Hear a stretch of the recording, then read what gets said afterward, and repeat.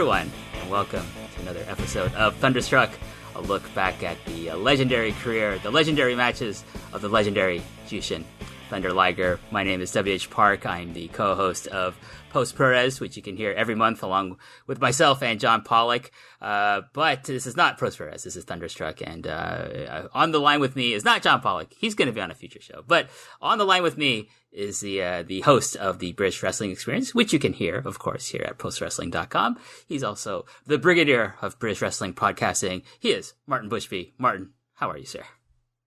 I'm fantastic. Thanks for that great introduction, WH, and great to be talking to you again. I had a blast doing the last one, the Tokyo Dome series with you, and really hyped that you fetched me on to talk about Jushin Liger, usually one of my top wrestlers back when I was a kid watching WCW tapes. So yeah, really excited to talk about one of my favorite Liger matches. Well, let's start there then. Let's talk about your fandom involving Jushin Thunder Liger. Where did you first discover him, and how far have you followed his career throughout the entire length of it?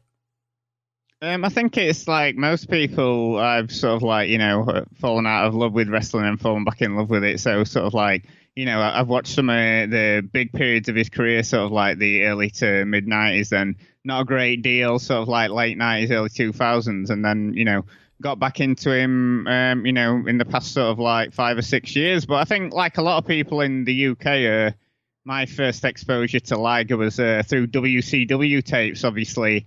The classic match with him and Pillman at Super Brawl 2.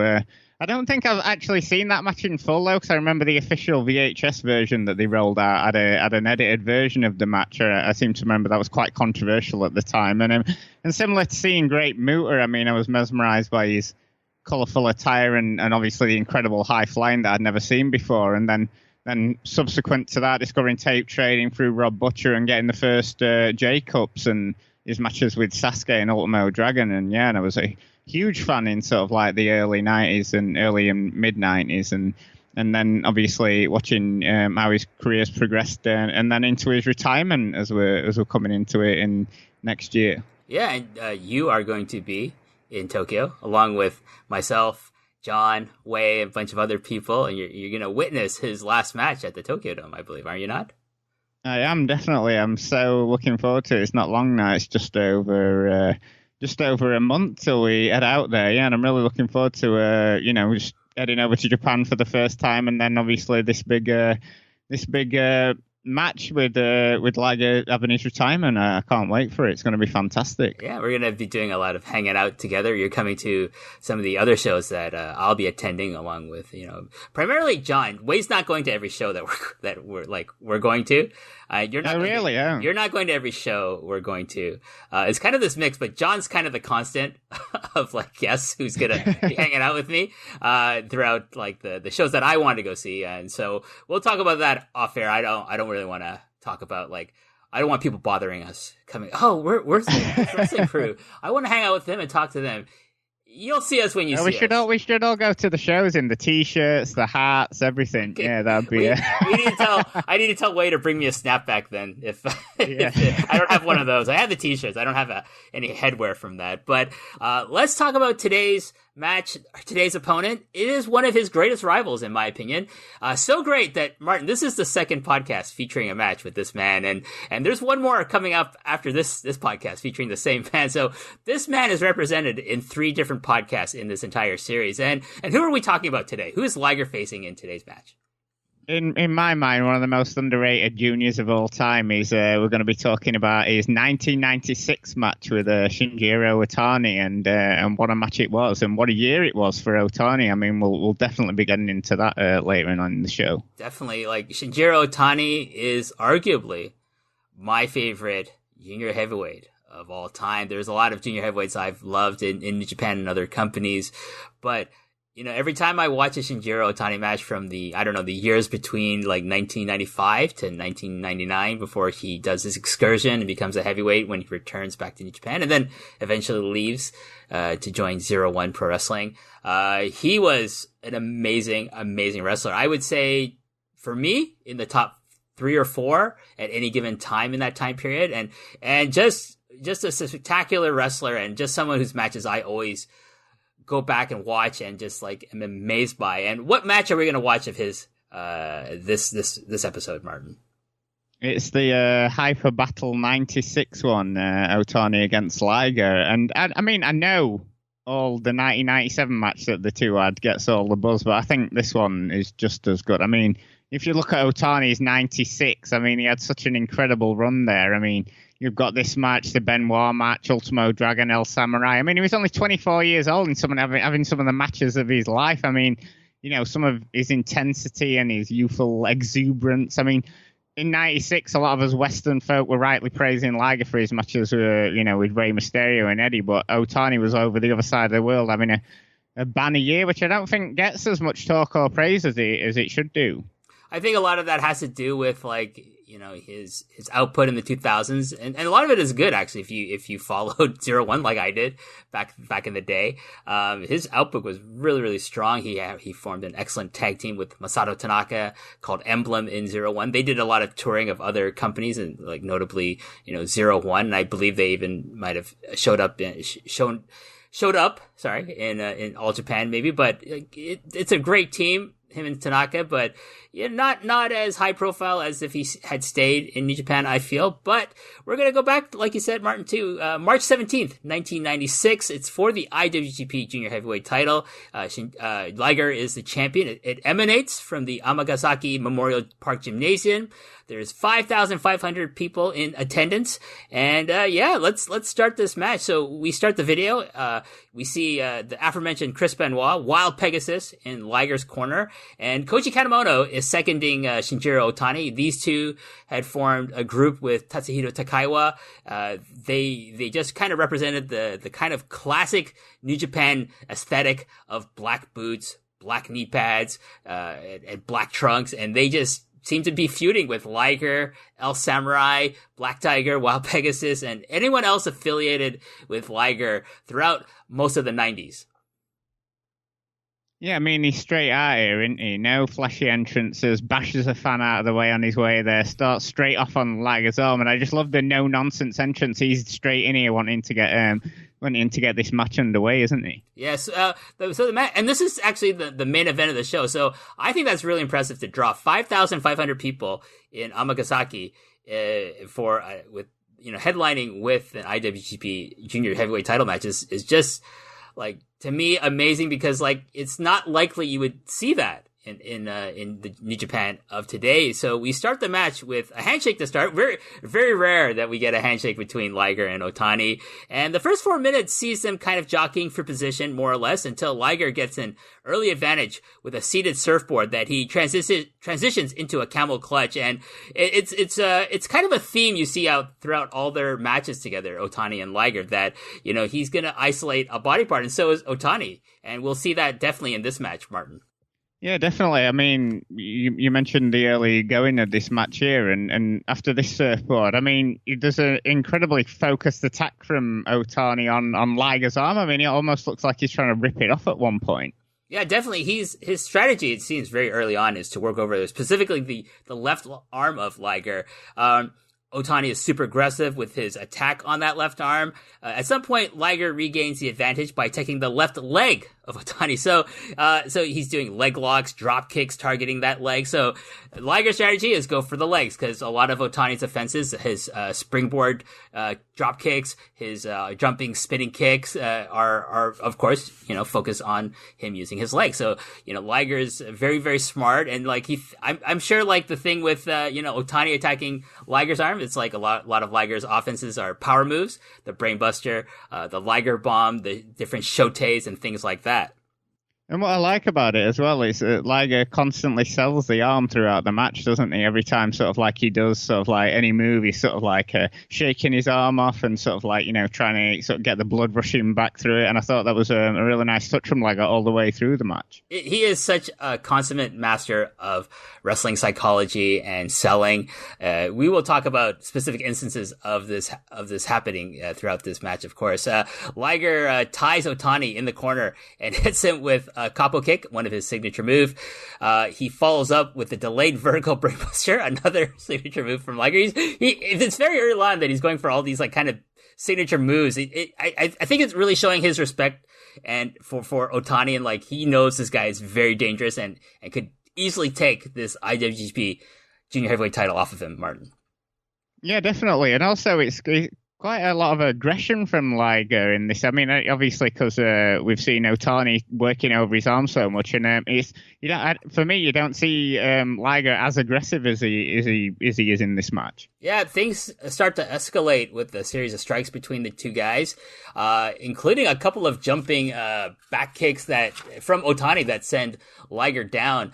Otani follows up with an armbar attempt. Liger escapes and attempts a Romero special. Otani gets out of that, but eats another capo kick in the corner, and it just wonderful display of like the familiarity these two have had. And obviously, like on New Japan tours, they usually go on tour for like, you know, several weeks, and a lot of times they're in multi-man tag matches. But in those multi-man tag matches, like a lot of the New Japan, you know, wrestlers get familiar with each other, and they know what the signature moves are. They know how they're going to set them up. They know how to counter them, and then vice versa. Like, you know, Otani would know how to counter all of Liger's counters at this point. Yeah, and I think that's what's missing in a lot of modern wrestling now. You know, two guys are sort of like thrown out there and expected to sort of like have instant chemistry on a big show, whereas like sort of in Japan, and especially around this time period, you know, they are working all these house shows together. So when it comes to the big matches that they're going to have, that they're more familiar with each other. Yeah, so Otani is knocked off the apron to the floor, and Liger psychs him out with a tope fake out. He looks like he's going for a tope, but he fakes him out. He goes for a plancha, but Otani dodges that. Otani hits a beautiful springboard plancha on Liger, who's on the floor. And, you know, so I think one of the surprising things, if you've never seen a Shinjiro Otani match, if you've never seen this man wrestle, is like, he doesn't look like it, but he is one of the best high flyers of this era. And like his flying is so graceful. Yeah, definitely. And what I love about when he does hit any of these high flying moves is his facial expressions. I mean, some people might think that he's sort of like his excitement about hitting these moves is quite OTT, but I love it, and it really gets you behind him as the underdog in this match. Anyone who thinks that is a fool, Martin. Anyone who thinks that is hand waved by me. Like, I don't like Otani selling. You are dead to me. If anyone ever said that, I will literally throw you under a bus. There you go. Wow. that's how strongly I feel about the greatness of Shinjiro Otani's selling. Liger is thrown back into the ring, and Otani climbs onto the apron and waits for for Liger to, like he's waiting for his prey, like a bird of prey. And as soon as Liger stands up, Otani hits a gigantic, signature springboard spinning wheel kick for a big 2 count. Beautiful, graceful, absolutely wonderful. And you know, there's beauty in his form, Martin, and the way he hits it, but also the amazing facial expressions of like the sheer joy he expresses from being able to hit this move, because he knows I could beat him with this move. But he only gets a 2. And then, you know, Martin, here's the other thing. The sheer look of disappointment, the utter emotion on this man's face of being crestfallen at not getting the 3 count on him. He is so good at selling that emotion as well. And that's what's great for us as an audience, because you're living those moments through sort of like all these facial expressions and that. And it's also around this point in the match where, I mean, the crowd's fairly quiet for the majority of the match, and this is where they really come unglued, and they're sort of like really chanting Otani's name as well as Liger's, aren't they? They are, and it's a testament to both guys. Who, you know, Liger's obviously a beloved, you know, figure among the New Japan fans, and Otani is like up there as well, even this early stage of his career. And if you notice, like, he is very much still in his like young lion garb. He is very bare bones in 1996. I don't think he even has his early like kind of knee braces that he eventually transitions into like knee pads. He doesn't have any tape on his wrist. It's basically just boots and trunks. That's all he's wearing right now. And so he's still kind of a young lion, but he's so good. He's so amazing. He's like a prodigy, you know, like in professional wrestling, that this crowd just gets so into him. And a lot of it has to do with his facial expressions and the way he uses body movement to draw people into his matches emotionally. And it's that disappointment as well when he does kick out, you know, and Liger does kick out on 2. And it's that disappointment in his face as well. He's like, you know, he's so excited to be hitting these moves, but then I think he realizes sort of like towards the end that, you know, he should calm down a bit. And I think that's the influence from him being a New Japan young boy, that, you know, he needs to slow down a bit and maybe not get as hyped up about hitting these big moves. Yeah, so continuing with the match, release German suplex from Liger, followed by another capo kick, which has Otani reeling. There's a diving body press from Liger onto a prone Otani, but only a 2 count, and this elicits a big gasp from the crowd, and they're well into this match by now, Martin. And well, yeah, definitely, because obviously there's that myth that, you know, Japanese fans just sit on their hands, but certainly not when they've got 2 guys in the ring like this, because, I mean, that's the thing. You shouldn't be going all out as a crowd for the opening moments of the match. That's there to tease you, and then when it does build up, that's what makes the match so much more special when you're watching a Japanese match like this from the 90s, that the crowd won't be, you know, oohing and ahhing for everything. They only do it for the sort of like bigger moments towards the end. Liger hits a massive Liger bomb. I mean, he just plants Otani to the ground for a big 1, 2. Oh, only a 2 count here. At this point, after this, there's a big Otani chant from the crowd. They're loving this man. As much as they love Liger, they would be perfectly happy to see a title change tonight, Martin. And Otani does such a great job of firing up, doesn't he? And you can see why the crowd are getting more and more behind him here. Liger goes for a second Liger bomb, but Otani rolls through with a Frankensteiner. Liger bounces off the ropes, and Otani hits a gorgeous spinning back kick. Otani takes Liger into the corner and props him up on the top, where he hits a super Frankensteiner, which, you know, again, it's surprising how much high risk, high flying offense Otani does. And especially during this sort of like match as well, because there's so much sort of mat work in the early moments of the match, and you save the sort of like more flashier moves for the end. But yeah, fantastic sort of like high flying from Otani here, definitely. Otani follows up with a German suplex with a bridge for a 1-2. Liger kicks out.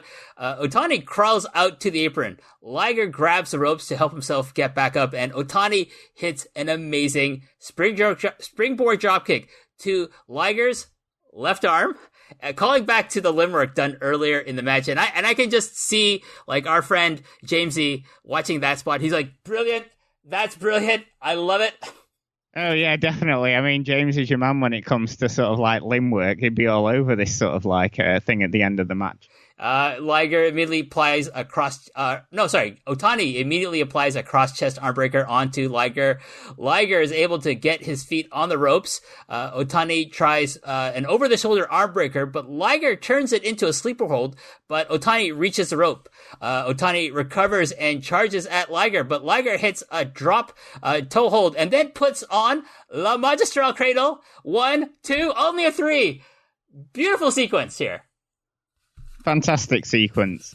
Just the fluidity and how smooth both these men are at, like, just, you know, move, counter move, escaping, putting on another move, escaping. The La Magistral Cradle attempt, just absolutely gorgeous. And it's a move that he has, you know, he's lost to Ultimate Dragon with this move. So for him to bust it out is just like a nice callback for fans who've been following, like, you know, Liger's other matches with other opponents.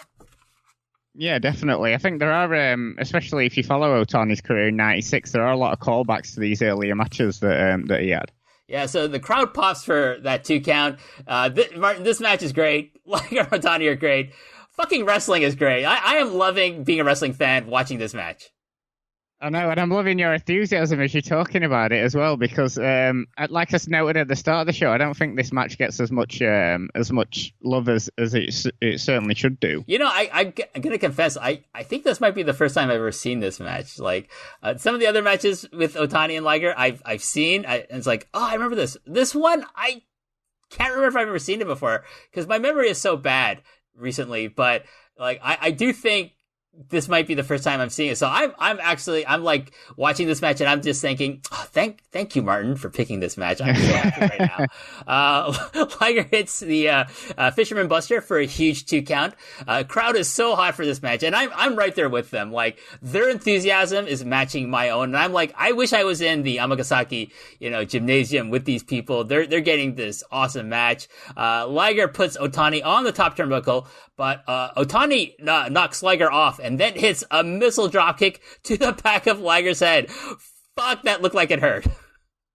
Yeah, definitely. I mean, he hits that pinpoint right on the sort of like back, right directly on the back of his spine, doesn't he? And yeah, I mean, that was a signature move of Otani's, wasn't it? And it really hit it perfectly every time. And in my notes, I said Otani then does the best move in this entire match, Martin.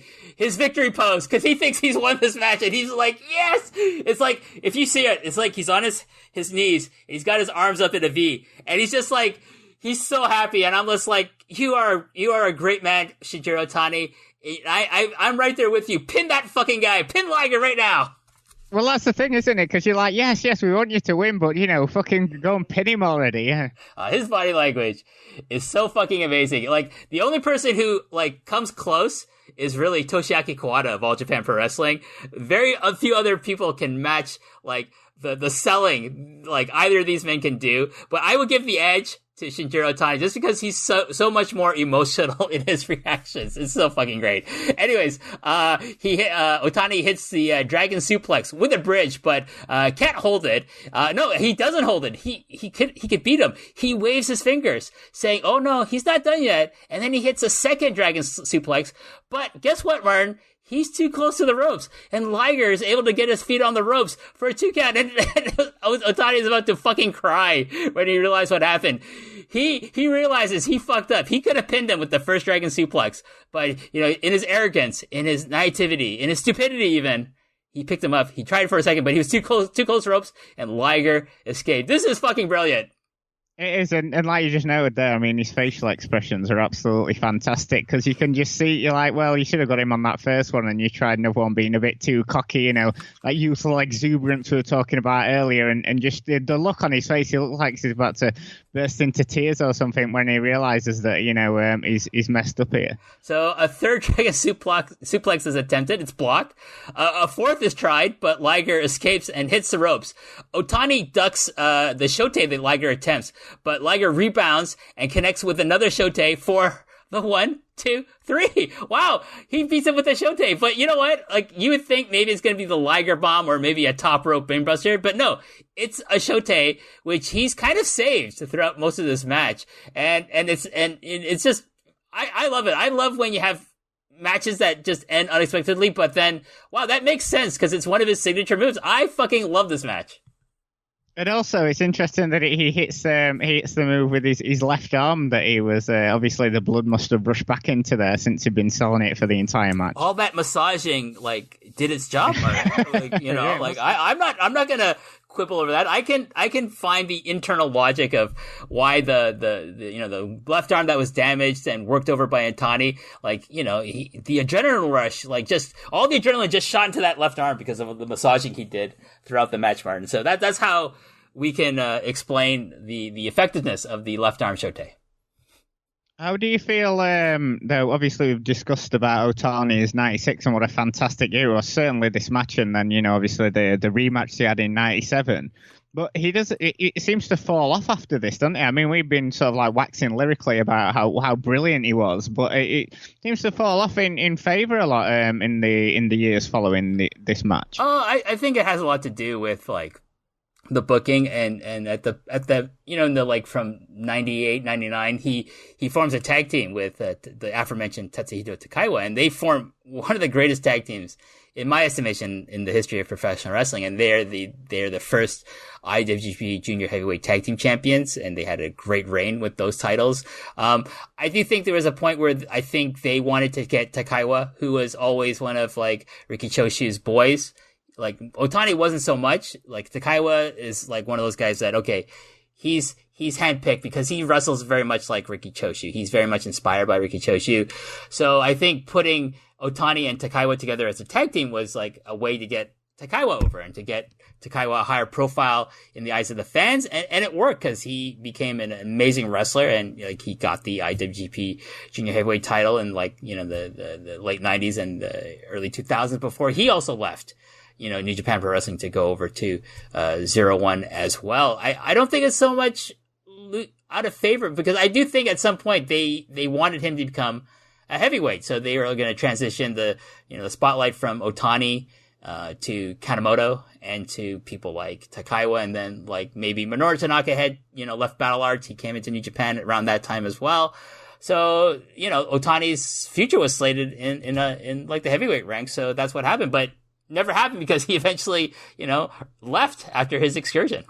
Yeah, it's a shame that he isn't sort of like more highly regarded, but certainly go back and check this match out, and a lot of his matches from '96, it easily fits in there with the classic New Japan Junior matches of the '90s. So certainly a banner year for him, and also Liger. I mean, obviously this is the Liger podcast, but he was sort of like having some fantastic matches around this time period, wasn't he? Sort of like one of his key sort of areas was sort of like the mid to late '90s, wasn't it? I really think that from the point of his debut in the Tokyo Dome and to like 1999, before like the booking got really wacky in the early 2000s, that he is my God, I think he's one of the greatest wrestlers working at that time. And also a lot of it's helped by the amazing quality of opponents. Wild Pegasus, Chris Benoit, Black Tiger, Eddie Guerrero, Dean Malenko, like Fit Finlay. Who else can I talk about? Like El Samurai, Great Sasuke, Ultimo Dragon. Where do I stop? Martin, Shinjiro Otani, Koji Kanemoto, Tatsuhito Takaiwa. Like, yeah. I mean, Hayabusa in a limited fashion. Like, there is no one he didn't face. Brian Pillman, like a lot of the stuff he did in America was good. I mean, it wasn't like heralded that much because it was buried in like the mid card of a fucking Nitro or something. But I really think that if you have good opponents and you're an amazing wrestler, that your cream will rise to the top. Like look at the All Japan like of the 1990s, like Misawa, Kobashi, Kawada, Taue. They all had like these amazing opponents. Like they had each other, but they had all these other great opponents to work with. Look at Bret Hart. Like I liken Liger to being like the Japanese version of Bret Hart in the 90s, because like Bret had just was so amazing, and like he had his like fucking deadweights, his anchors to carry in some of the matches, but he had like some great opponents as well. And like to me, like the two, the three best wrestlers in around that time, as far as being technical wrestlers, maybe I'm gonna say four is Bret, Liger, Misawa, and Otani. It's like without question. If you said anyone else, I'd be like, yeah, we'll see. But like those are like my four guys where I'm like, these are the best, like pure technical wrestlers in the world working today, and Liger's in that equation. Yeah, definitely. I mean, you mentioned Bret Hart there, and didn't Liger have? I know he came over to the UK in sort of '86, '87 as a Fuji Yamada for All Star and World of Sport. I think he wrestled in the likes of Croydon and taking on Mark Rocco and people like Blondie Barrett and people like that. But didn't he also have an excursion over to Stampede in Canada as well? I think so. He did. No, not think so. He definitely did. He actually did some training. I don't know the extent of that training, but he trained with, like the dungeon, and I'm talking about the original dungeon, the Stu Hart dungeon. I'm pretty sure he got stretched by Stu Hart at some point in his life, during his time in Calgary. And that's like, he's of that generation where Pillman is in that dojo. He's a young boy in Stampede. Owen Hart is wrestling, and I think they're having matches. And, of course, also Benoit is there as well. And just the plethora of other amazing wrestlers that are coming through, the Calgary promotion, Stampede Wrestling, because the Hearts had that strong connection with New Japan Wrestling at the time. Yeah, I seem to remember Dynamite Kid said in his book about meeting this young wrestler who ended up turning out to be Liger, and he was like, constantly running up to him and, praising him for his matches and stuff like that. And I think he did follow his career up until, he started putting the costume on and becoming Liger. I mean, he was lucky for Liger coming over to the UK because he didn't have he wasn't saddled with the stereotype gimmick like a lot of others were. Like, I think Sayama was Sammy Lee, some kind of connection to Bruce Lee, and then I think Akira Maeda had an awful name, something like Quick Kick Lee. So some awful Asian stereotypes, I think, for the Japanese guys coming over to the UK in the sort of like late 80s. But thankfully, Liger managed to avoid having that stereotypical name, I think. Well, not that Calgary was much better. I think Shinya Hashimoto was like some like Mongolian, like, descendant of Genghis Khan or some shit like that. Oh, and then, dear. like, Hiroshi Hase was under a hood, and he was like part of the Viet Cong Express tag team. Oh my god! Just some terribly anachronistic bullshit happening in wrestling at the time. But you know what?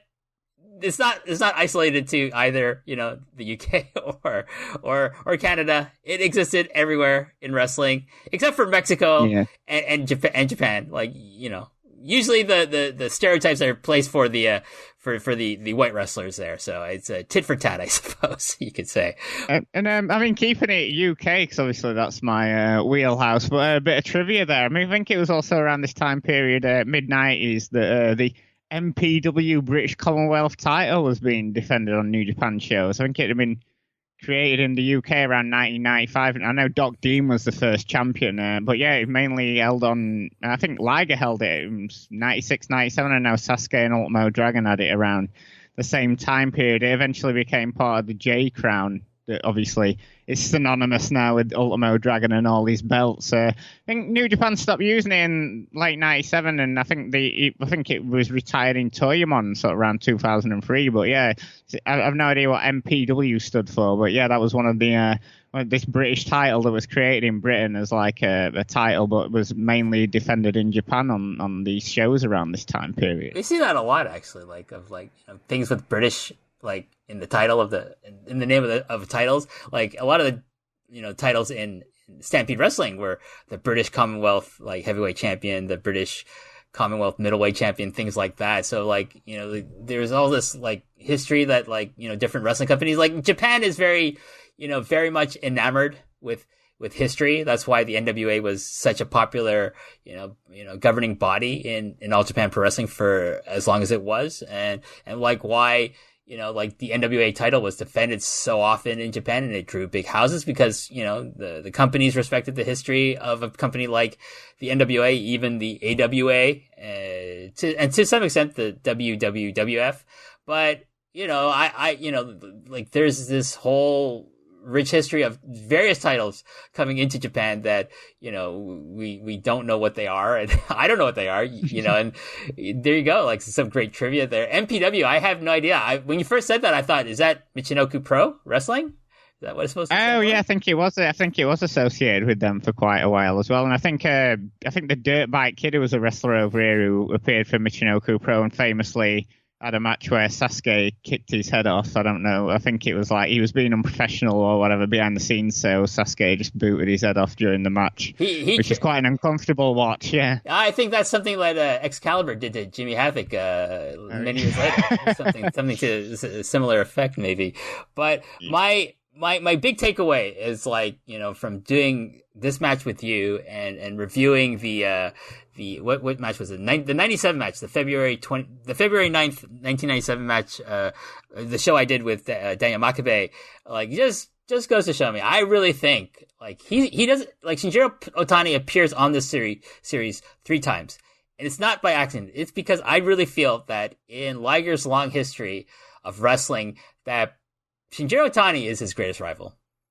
He gets the best matches out of it. That's a good point, and he certainly wouldn't. He certainly wouldn't appear in a lot of lists and stuff. But definitely watching sort of the matches, and I'm not sure what the third match is that was selected. But yeah, I mean, they always went out there and had great matches together. Well, it's 96, 97, and 98. So the third match that'll come on later in the series will be February 7th.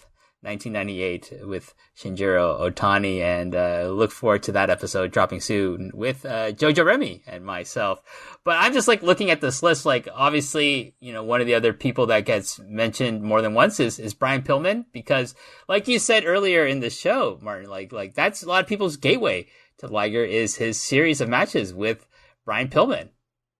Yeah, definitely. Certainly that Super Bowl 2 one. I still, like I said, noted at the start, I still don't know if I've seen the full unedited match of that. But at the time, I mean, it sort of holds up now today, but not quite as well as some of the spectacular stuff we see sort of nowadays. But you've got to remember the time period it was in. But watching that as a kid, I was just absolutely, I couldn't believe this was compared to all the WWF and Hulk Hogan stuff that you'd watched. And that was just a real eye opener for me. And certainly I was more of a fan of Liger than Pillman just because of his costume and sort of like his really flamboyant entrance and everything. Yeah, and I don't think they rematched, didn't they? Was it the first episode of Nitro? And obviously they couldn't quite live up to the magic of the Super Bowl 2 match. And even I think, I don't know if this is just a wild rumor, but when Red Pro had their dalliance with the TV show sort of last year, I think the first match they wanted to do on the TV show was having Liger take on Brian Pillman Jr., but they couldn't make that work out. But I think that would have been a nice piece of nostalgia for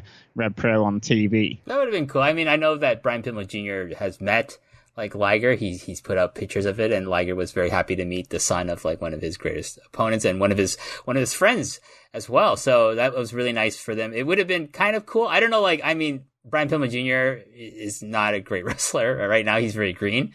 Hopefully he'll amount to something down the line, but like, I don't know if that would, I like, you know, Liger is great and he's great at like carrying people. I don't know how much he would have carried this guy. Like it would have been basically like Liger, you know, working over the kid for most of the match and then like giving him some hope spots and then just pitting him in the end at 1, 2, 3. But yeah, it's nice when people play upon his history and we're going to see that on the 4th, and maybe we'll see a surprise opponent on the 5th for his last singles match. And let's talk about that. You're like we said before, you're coming to Tokyo, to watch Wrestle Kingdom and some other shows. And what are you looking most forward to about Japan, Martin? Because it's your first time here, is it?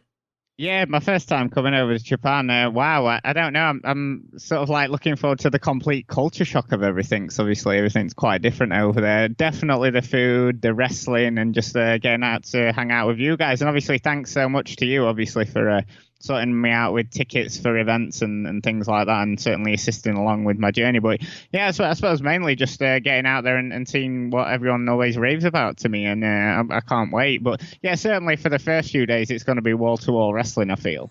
Well, like, I think our first big day out together will be the 3rd. We're going to see some wrestling together. In between, you know, I think we're going to try to hit the Totokan wrestling store. So get your wallet ready if you want to sign up for our old memorabilia. And then after the second show we go to, I'm thinking we can try to hit Ribera Steakhouse, Martin. How does that sound? That sounds fantastic. Obviously, I've seen all the pictures over the year, and I can't wait. And all these sort of like little bars that I see that a lot of the British wrestlers go to, yeah, I can't wait to hit them up. And then obviously all the food. There's a New Japan wrestling shop as well now. Yes, like their one in Tsudabashi, they closed their I don't think they've closed their old one. I think that's still open to some degree, but they opened a much bigger location apparently. I haven't been there yet, but we'll go there at some point during the time that we're all in Japan together. And of course, obviously, the number one thing you're most excited to do is go to karaoke with me, right? Oh, yes, definitely. I think, obviously, karaoke in the UK, it's a public thing where you go up and humiliate yourself in front of, like, an entire pub or bar full of people. But the karaoke you described to me, where you get your own private booth and it's just you and your friends, sounds a lot more palatable to me. Yeah, especially with my awful singing. We only embarrass ourselves in front of each other. It's wonderful. And we can drink alcohol in there. We can, you know, sometimes we can bring our own from the convenience store. We don't even have to pay for it in the karaoke bar. But there you go. Martin, thank you so much for doing the show. It's always a pleasure to talk with you. And I was like, when I thought about doing this show, I thought, okay, I have to get Martin Bushby, the Brigadier, back on a podcast with me because I enjoy thoroughly talking with you. And what have you got coming up? Like, what do you have to plug for us? Oh, well, obviously, thanks again for inviting me on, WH. Obviously, a blast talking to you. But, yeah, obviously, British Wrestling Experience is my show with Benno and Jamesy. That's on every other Friday on Post Wrestling. It's a fortnightly show. And obviously, we talk all the latest from the European wrestling scene that's experiencing quite the transition currently. So, yeah, we talk. I mean, there's some exciting shows coming up towards the end of the year that we'll be checking out. I think the third annual British J Cup, which Red Pro putting on, has got a match between which Liger won actually the first one, but he's not there this year. And yeah, we've got Amazing Red against Pac, so that should be quite the match, especially for sort of like early to mid 2000s wrestling fans. So that'll be something we'll be checking out there. And then and whatever other events are coming up later on in the year. I mean, on the latest show was a bit of a negative one as we looked back at ICW and things like that, and their not so great Fear and Loathing show. But yeah, so certainly check that out. I mean, British Wrestling Experience on any podcast platform, or find it on the Post Wrestling website. And how about on social media? Where can people find you, Martin? At Bushby01. Yes, I gotta say, as of this recording, I mean, this episode won't be released for several weeks, but as of this recording, I had just finished listening to the episode you were talking about, and I have to say, if people are listening to this and you haven't listened to the British Wrestling Experience, that is actually a really good episode to check out. If for nothing else, then Benno's epic rant against ICW. Oh yeah, see, he certainly got no friends in Scotland anymore, I don't think, Benno. It was great. You and James are being very diplomatic, and then Benno's just like, it's shit. ICW is shit. It's always been shit. I was just like, yes! Love this version of Benno. Because it reminds me of myself. If you get me on the right topic, then, maybe the long requested, not long requested, but like it seems to be getting a lot of steam that Benno and I will do a podcast together talking only about one Kenneth Jerome Omega. We will see if that ever happens. Oh yeah, I did see earlier as well. I think they've announced some kind of evening with Kenny Omega coming up in London, so everyone was trying to get Benno down to that, and I think he said that he couldn't imagine anything worse. Oh God, I wouldn't go if they paid me to go, because I'm just like, I don't want to listen to this guy talk. He's so annoying. I would be hard pressed not to heckle him. That's all I'm gonna say. Like, shut up! They're not trying to ban you from Japan. That's your own stupid fault. I mean, that would be me, Yeah, it is interesting where they have gone with Kenny Omega, because obviously everyone was expecting him to appear at those Tokyo Dome shows in January, but it seems that's all off the table now, because obviously he's been banned from Japan apparently. by New Japan Pro Wrestling apparently. Anyways, we're getting really off topic here, but for all the listeners, thank you so much for sticking with us to this point even, and you can follow me at WHPark9. I've been told it's a rather engaging and salty Twitter handle. Apparently, like, I get salty in my tweets sometimes. Usually it's about people I don't like. But anyways, if you like that kind of Twitter, follow me there. If you don't follow me. You're not going to enjoy anything I write, because a lot of it is indeed, quote unquote, salty. And for all the listeners who've been sending me great feedback about the previous episodes, thank you so much. We have a lot more still to come. We're not done anytime soon after this episode. So until the next episode, then, I will say to everyone, goodbye.